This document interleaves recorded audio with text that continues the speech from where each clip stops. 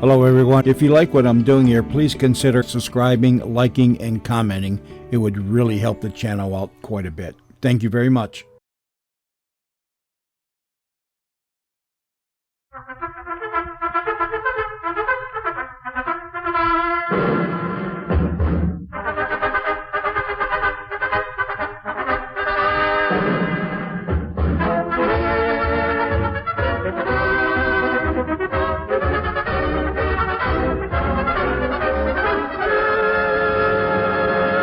Command Performance USA, the greatest entertainers in America as requested by you, the fighting men of the United States Armed Forces throughout the world. Command Performance! Presented this week and every week till it's over there.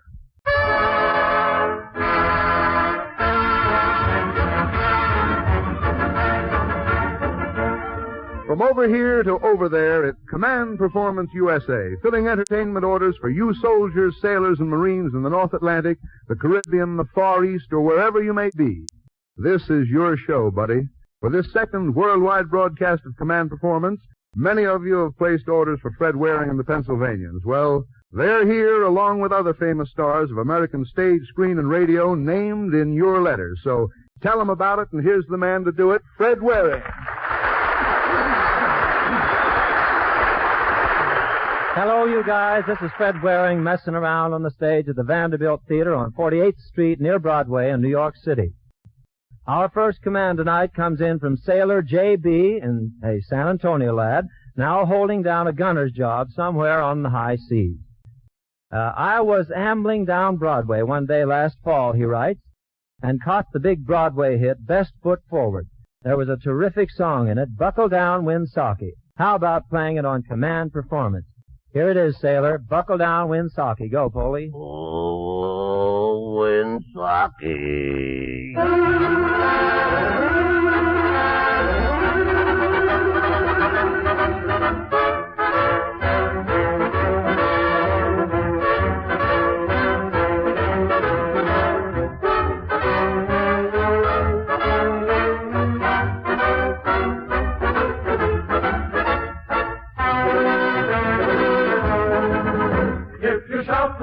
Pennsylvania Dutchmen. They will cover the ground for a number $1 a touch. Everyone has agreed that you'll have to concede to the Dutchmen. Shout hooray for the Pennsylvania Dutch. If you shout hooray for the Pennsylvania Dutchmen, every team that they play will be carried away with a crutch. With a crutch.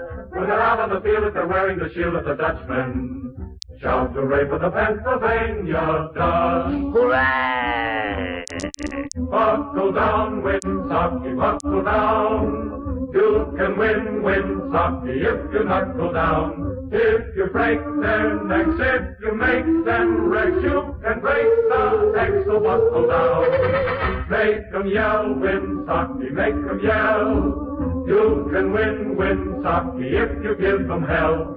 If you don't give in, take it on the chin. You are bound to win if you will only knuckle down. If you fight, you'll chuckle at defeat. We repeat. If you fight, your luck will not retreat. We repeat. Knuckle down, Winsaki, knuckle down. You can win, Winsaki, if you buckle down. If you mow them down, if you go to town, you can wear the crown if you will only buckle down. Buckle down, Winsaki, buckle down. Knuckle down, Winsaki, knuckle down. We can win, Winsaki, gotta win, Winsaki. We can take it on the chin. Shout hooray, Winsaki, shout hooray. For today, Winsaki, we will win the fray. If we break the hex, we can make them wreck. Shout hooray, hooray. Buckle down, Winsaki, buckle down. You can win, Winsaki, if you knuckle down. If you mow them down, you can go to town. Shout hooray.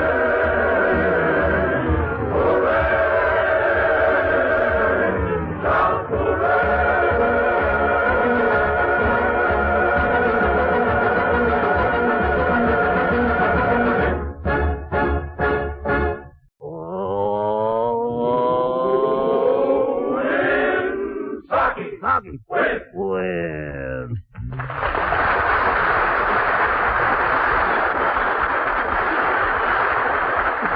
Second Lieutenant KP. Now, how can a KP be a second Louis? Well, anyway, Lieutenant KP, U.S. Army Air Corps, has this to say. Dear Command Performance, I've really been places the past couple of months, and I don't mean nightclubs. But you know, I'd sure like to put my heels up on a swanky table at the Copacabana and let funny man Joe E. Lewis give me a load of belly laughs. He's a riot, but I got work to do here. So can Command Performance sub for me at the Copacabana?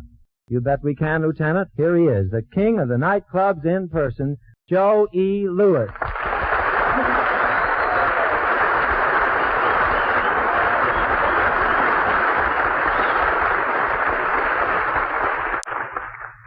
Thank you, ladies and gentlemen. It's so nice being here, even though I have been convinced, as you boys are, that money isn't everything.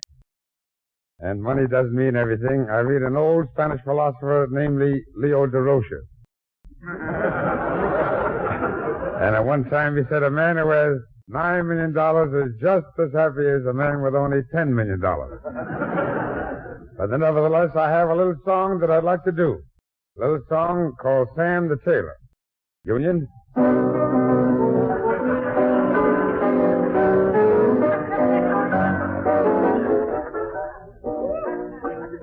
That's as far as I go, madam.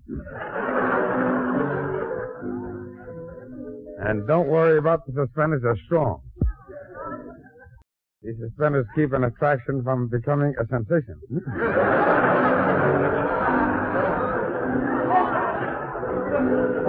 Sam the Tailor. We dedicate the song to Sam the Tailor, who made this suit for me for $140 with 8 pair of slacks and a scratch sheet I got. Or a racing form, whatever it was. I was drinking that night. Sam the Tailor. I happened to do this song on my last picture, and incidentally, it was my last picture. And a very lovely picture, got 3 stars. 2 deputies and a sheriff come in. I made 2 pictures that season. The first picture grossed $400. Second picture was a flop, admittedly. Sam the Tailor. Sam the Tailor. Trousers dragging, slowly dragging down the street. As I'm walking, you can hardly see my feet. I'm not finding fault at all. You're too big and I'm too small. But Sam, you promised you'd make both ends meet. You made the coat and vest fit the best. You made my lining strong. But Sam made the pants too long. Made a nice lapel, oh, so swell. Who am I to say you're wrong?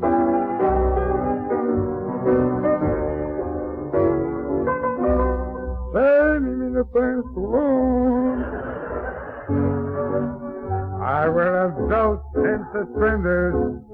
I figure what could I lose? What good's a belt or suspenders when your pants hangs over your shoes? I get the darndest breeze through my DVDs. My tie is where my fly belongs. Oh, can you make the pants too long?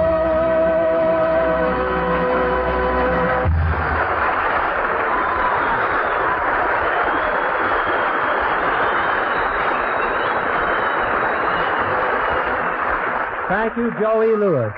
Command Performance fills the next order for one of our fighting Marines, initials RL, who writes, we've had spring so darn long down here, it's hard to believe that up there the big league ball players are just getting warmed up for the 1942 pennant races. What's the dope around the bullpens? Are the Dodgers as good as their rooters? Any transfusions of new blood for the Giants? Give us a pitch, will you, especially on the National League. This order goes to one of America's ace sports commentators, Paul Douglas.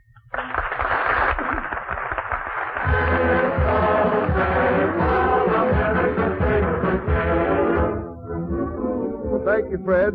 It's always a pleasure to talk baseball with a good ball fan, and I've got one that's really a good one here now. Now, you know, let's do a little imagining.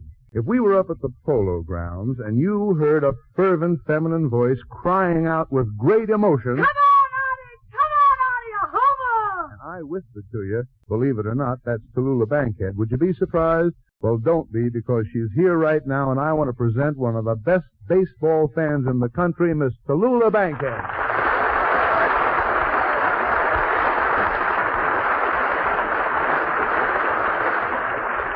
Thank you, Paul, and thank you for introducing me as a ball fan, because that's the way I feel. I want to talk as one fan to another. To you boys listening in out there, wherever you are, you're the greatest team in the world. This is the final game in a different kind of World Series. And you're going to win. We're going to win. I say we because you're our team. And believe me, we're rooting for you and working for you. Well, Tallulah, you're speaking for me, for every fan, for every ball player in the nation. Now, if you don't mind, may I ask you a few questions? If you promise not to throw any curves or harsh ones. Well, with my arm, you can see the stitches on them as they come up. Well, now, as a ball fan, tell me, what are your feelings toward Major League Baseball at the present time? I believe that today, more than ever before, baseball is the great American game. As you know, President Roosevelt has asked that more night games be scheduled to provide recreation for those working long hours in the war industry. Baseball is one of the symbols of our democratic heritage, and it should remain as such. You know yourself, Paul, it's the only game where the fan makes every play, throws every pitch, calls every decision. You become completely a part of the game, and we need that for the morale of the country. After all, Paul, can you imagine second-guessing an umpire in Gestapo land? It's a pretty horrible thought, Tallulah. By the way, you have a wonderful running knowledge of the jargon of the game. How long have you been interested in Major League Ball? Ah, shame on you for such a short memory. Why, you took me to see my first game at the Polo Grounds. Oh, forgive me. I'm blushing. I mean it. I blush, too, sometimes for my John. But not this year. Wait a minute, just a second. Is that a statement for the press? My Giants? I bet every man listening in has his favorite team. The Red Sox, the Cards, the Cubs, and the White Sox. Cincinnati, the A's, the Tigers, the Browns, the Phillies, and the Braves. And the Brooklyn Dodgers. Oh, by the way, how do they look? Well, in some respects, they look just like last August. No, you mean burned out? I don't mean that at all. They've already beaten the Giants twice in exhibition games. Well, the chip's not down yet. But what I really want to say is that every one of us has our team. And we should stick by them no matter what place they're in now. After all, it's the finish that counts. Oh, that's so true, Tallulah. And now to go back for just a moment. We were blushing a second ago. You said something about your Giants and not this year. Would I take that for a prediction or just what? I'm optimistic about a lot of things. But I'd like to broadcast the news that Mel Ott has been made manager of the New York Giants. It's possible that some of the men overseas haven't heard the news. But when this season is over and my Giants have won the pennant, well, they will, won't they? Personally, I like the Cardinals this year. Oh, well, let's not get personal. Thank you. From what I gather in the Grapefruit League, a good many of the old-timers are coming back to replace the men who've already gone to the armed forces. But you've talked a lot to the players, Paul. Just how do they feel? Well, Tallulah, the ball players practically to a man express one opinion. They know they have a job that's expected of them, a job they've been asked to do. The country needs baseball, and they'll play their best. But by the same token, there's not one of them, when Uncle Sam calls, that won't drop his bat and shoulder a gun. That's American baseball. That's why it's such a great game. It's the men who play it. And before I leave, I want to say this to you fellas in our Army and Navy and Marine Corps. On December the 7th, the enemy stole a base. It wasn't a fair play. But God umpires this game, and He'll call that play in due time. Meanwhile, boys, you keep on pitching. Strike 'em out, cut 'em down, 1, 2, 3. We're backing you at home plate. We can only give you the good old assist, but that's half of the put-out. And we've all gone to bat for you, in the steel mills and the coal pits, along the semi-lines in our professions and our homes. You're our team. And we love you, and we depend upon you, and we swear by you. You simply have to win. You know, fellas, There's a pennant that's been flying around here since 1776. Keep it flying.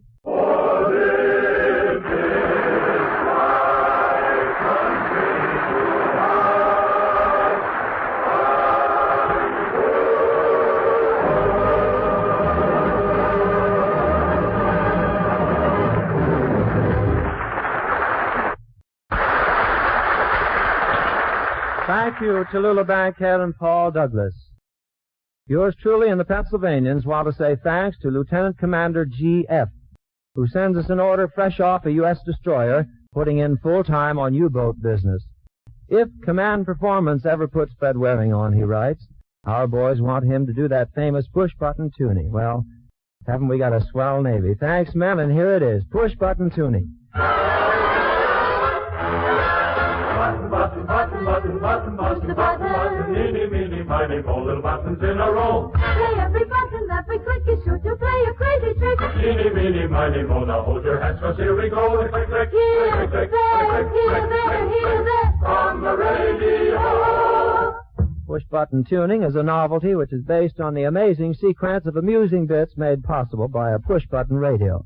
The idea is to tune back and forth inadvertently among several stations, and strange things do happen, and here is an example of what might happen among 4 programs, one of which is dramatic, 2 are songs, and the other truth and consequence quiz program. The sound you hear now is the sound of the button. When you hear that, we've changed stations. Here we go. In tonight's presentation of grand plays, we bring you excerpts of scenes from Shakespeare. We begin with Act 2 of the tragedy of Romeo and Juliet. The scene, Capulet's orchard. Oh, speak again, bright angel, for thou art as glorious to this sight as is the winged messenger from heaven. My ears have not yet drunk 100 words, yet I know the sound. Art thou Romeo? Who art thou? Hey, romantic eye, your romantic eye, my way would bring heaven nigh. So why don't you try?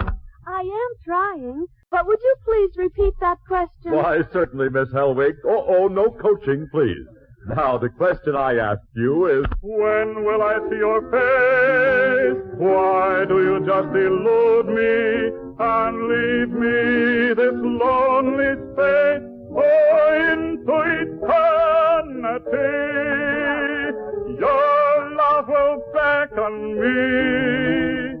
I can't forget your voice that calls. Romeo, Romeo, wherefore art thou Romeo? Deny thy father and refuse thy name. But if thou wilt not, Then you'll have to take the consequences. You answered that question incorrectly, madam. So now you must pretend that you have just stepped out of a cold shower, you have soap in your eyes, and you can't find the towel. All right, now go ahead. Come on, be a good sport. Now, come on. Now, look, just imagine yourself in this predicament. Now, how would you dry yourself? High on a windy hill, I feel my heart stand still. Oh, I can hear you calling my name. what's in a name? That which we call a rose by any other name would smell as sweet. Well, how about a skunk? Oh, no. No, I'm sorry, sir. We cannot accept that answer as right. It's true that a skunk is often called a polecat, but it is not a member of the cat family. Now, can anyone tell us where Mr. Skunk really belongs? High on a windy hill. This is Danny Clay again. You have just been listening to the voice of Tim Tyler. And now we bring you our little songstress, wee Bainey Barker. And I wish you could see her as she stepped up here to the microphone. With a mouthful of crackers. And at the same time sing Chattanooga Choo Choo. All right, sir, you ready? All right, here are your crackers. Now take a big mouthful of them and then give us a good hot chorus of the Chattanooga Choo Choo. Well, there go the crackers, folks. Here they go, and here comes the song. That's pretty good, but eat the rest of the crackers while you're here. Now let's have the second chorus. That's very good. Brother, you're certainly trying hard enough, but be careful. Don't choke. Don't choke. Change to Chesterfield. They satisfy. Button, button, button, button on the radio. Here's an order scribbled on the wrapping from a pack of American-made cigarettes smoked in North Ireland. When I was a yard bird at Camp Callan, California, it says, Hollywood threw a big show for us one night, and the big kick for me was Tommy Riggs and Betty Lou. You guys on Command Performance claim you'll get us anything we want, so how about a repeat from Tommy Riggs? Signed, Corporal J.C. You're the law around here, Corporal, and here's the answer to your request. 2 of radio's favorite artists. That is, our ears tell us there are 2, even though my eyes see only 1. Here they are, Tommy Riggs and his imaginary little bundle of mischief, Betty Lou. Tommy Riggs.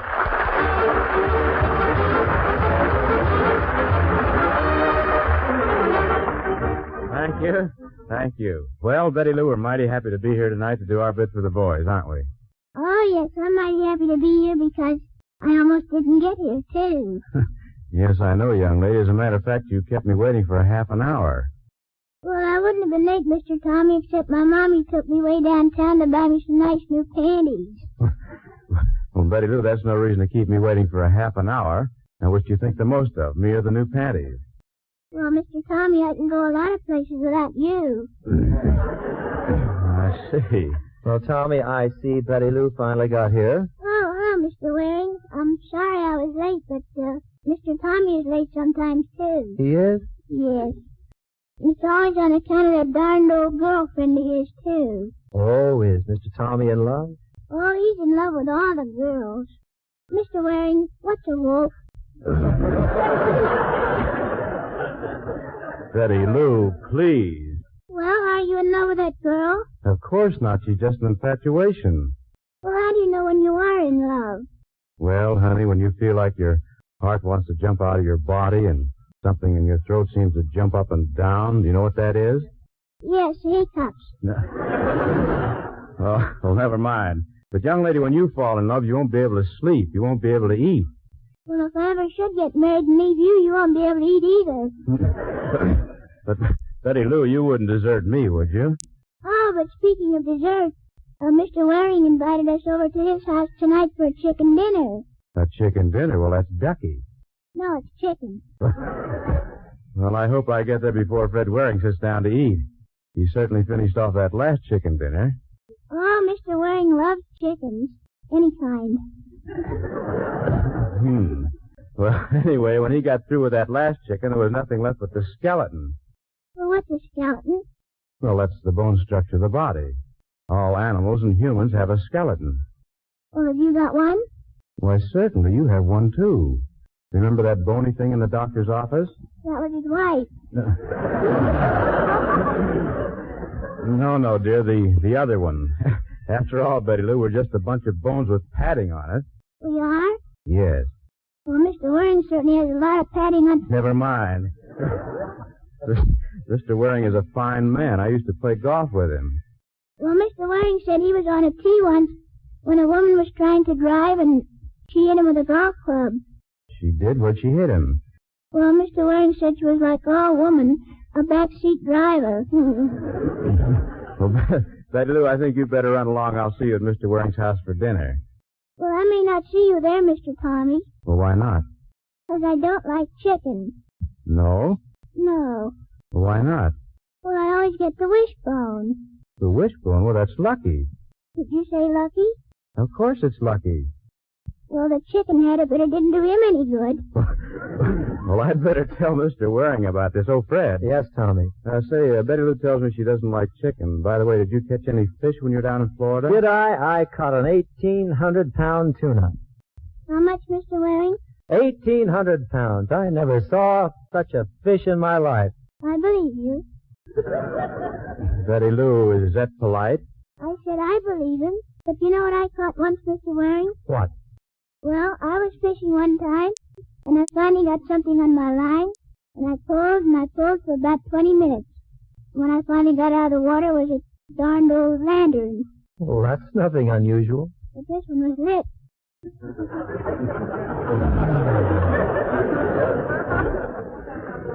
Betty Lou, please. Well, the lantern was lit when I fished it out. You don't expect me to believe that, Betty Lou, but I did catch an 1,800-pound tuna.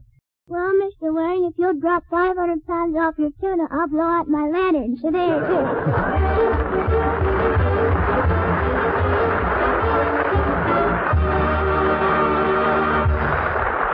Thank you, Tommy Riggs. And now, fellas, we happen to know a soldier on the Bataan Peninsula. We happen to know, too, that he got married a few years ago, and that he and his wife had a favorite song. It was played at the wedding. He didn't ask us to play it here, but maybe he's listening and would like to hear it again, and maybe you would, too. We sing Stardust. Sometimes I wonder why I spend a lonely night dreaming of a song.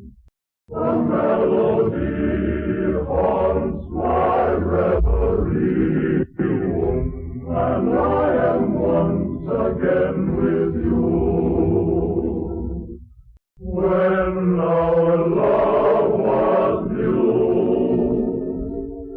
and each kiss an inspiration. Oh, that was long ago. My consolation is in the stardust of a song. Beside a garden wall, when stars are bright, you are in my arms. The nightingale tells his fairy tale of paradise, where roses bloom.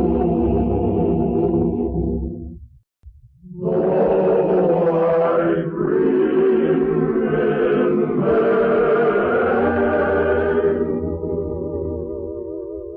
in my heart it will remain my stardust melody. The memory of love's refrain.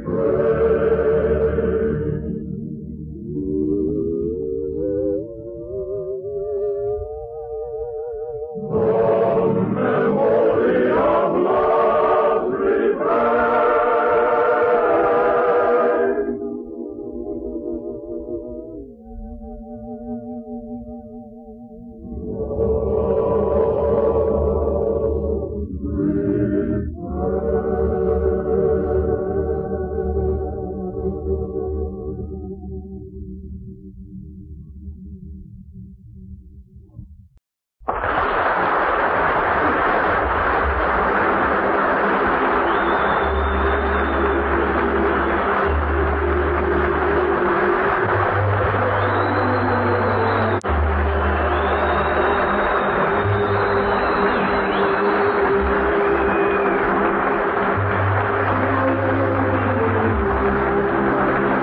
Well, fellas, that sort of brings another command performance up close to the finish line. This is Fred Waring saying thanks from over here, hoping you liked it, over there.